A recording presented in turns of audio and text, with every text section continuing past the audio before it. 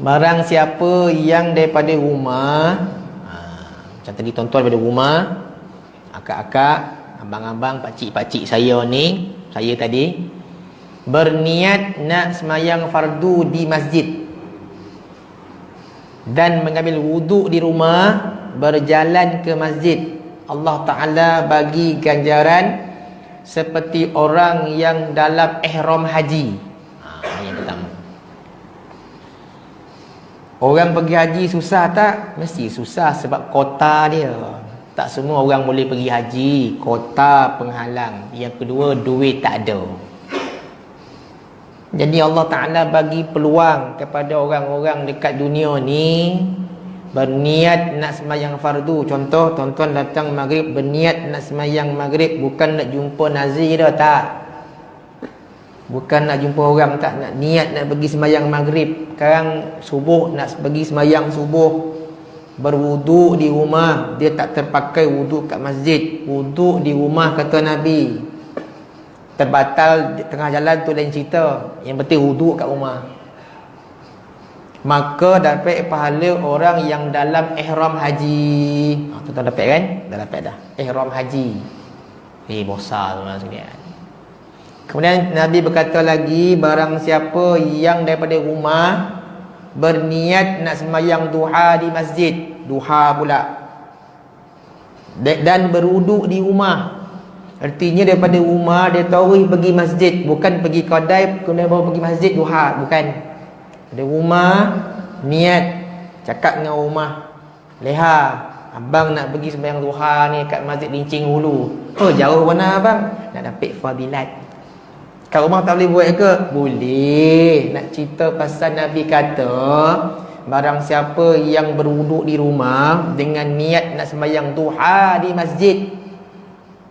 Okey, tak kira masjid mana, masjid Kuala Pilah ke, masjid dekat Tanjung Ipoh ke, jauh tu daripada sini nak pergi Tanjung Ipoh tu, jauh nak pergi. Maka Allah Ta'ala bagi orang ini seumpama orang yang buat umrah. Nampak? Umrah berapa ribu sekarang? 7,000 lebih. Ada duit? Tak ada. Hutang banyak, tak dapat bagi dah. Anak ramai, tak dapat pergi umrah dah. Pergi sembahyang duha, dapat pahala orang yang mengerjakan umrah. Baik, kedua-dua ni senang tak nak buat? Bukan main susah nak buat. Cakap memang senang lah. Tuan-tuan ni yang boleh buat. Yang datang ni bukan senang ni. Datang usah payah mandi, gosok gigi, pakai baju, pakai pula apa tu butang jamil. Jadi tuan sekalian, ni susah ni nak datang. Baik, kemudian Nabi kata lagi, barang siapa yang dah sembahyang fardu kemudian dia menunggu sembahyang fardu seterusnya.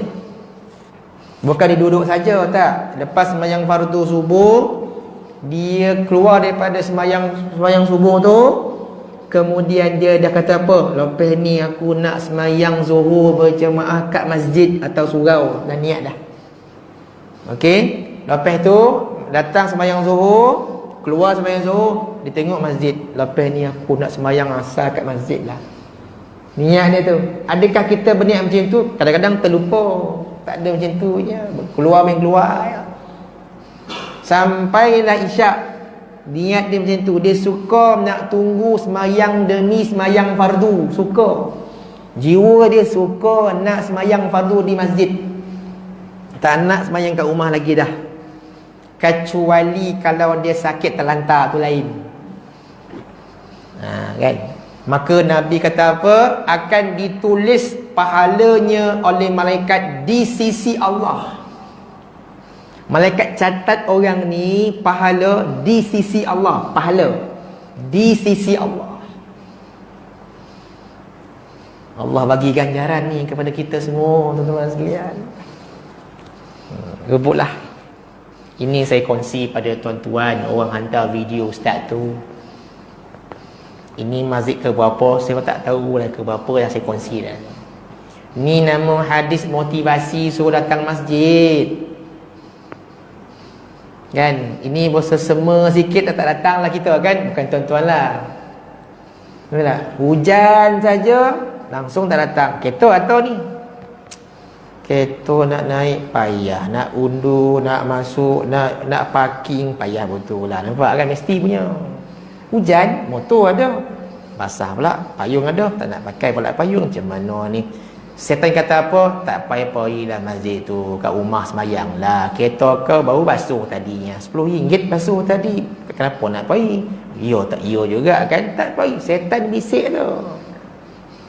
Susah pergi masjid naik kereta ni, parking payah, nak buka kereta, nak tutup kereta, nak pakai payung, nak reverse lah. Setan punya hasutan power. Macam tuan-tuan lah, kenapa tak balik ni? Sebab tuan-tuan lawan syaitan. Kata syaitan apa? Tak payah dengar kuliah ustaz ni, balik je lah. Buat apa dengar? Baik kau dengar kuliah esok, ustaz esok lagi bagus. Kata syaitan, ustaz hari ni tak bagus. Dia ustaz tempatannya. Ustaz tempatannya macam biasa je. Kita dah setting dah. Ustaz tempatan tak nak datang, ustaz luar pun datang. Inilah manusia double standard. Dia kalau ustaz luar je datang, ustaz tempatan, ustaz kampung dia tak nak datang punya. Ustaz kampung kita je tak datang lah. Sama je ustaz kampung kita, ustaz lorong kita je, ustaz taman kita je. Mula balik. Setan dah bisik, tak payah dengar lah. Kau selalu jumpa ustaz ni dekat lorong kan, tak payah dengar lah. Balik. Setan berjaya menghasut kita. Bila ada ustaz public figure datang, berduyun-duyun. Bila ustaz kampung dia, kesian ustaz kampung kita kan, kesian ustaz taman kita, kesian. Datang-datang orang balik. Sebab apa? Dia ustaz tempatan. Siapa nak dengar? Tempatan. Kesian kat ustaz tu. Tuan-tuan taklah, tuan-tuan dengar hari-hari kan, tempatan kau luar ke luar negara ke, berjanggut berjambang kau, tuan-tuan datang kan. Tuan-tuan bagus, tuan-tuan ahli sufi, tak apa. Kalau perempuan sufiah, cerita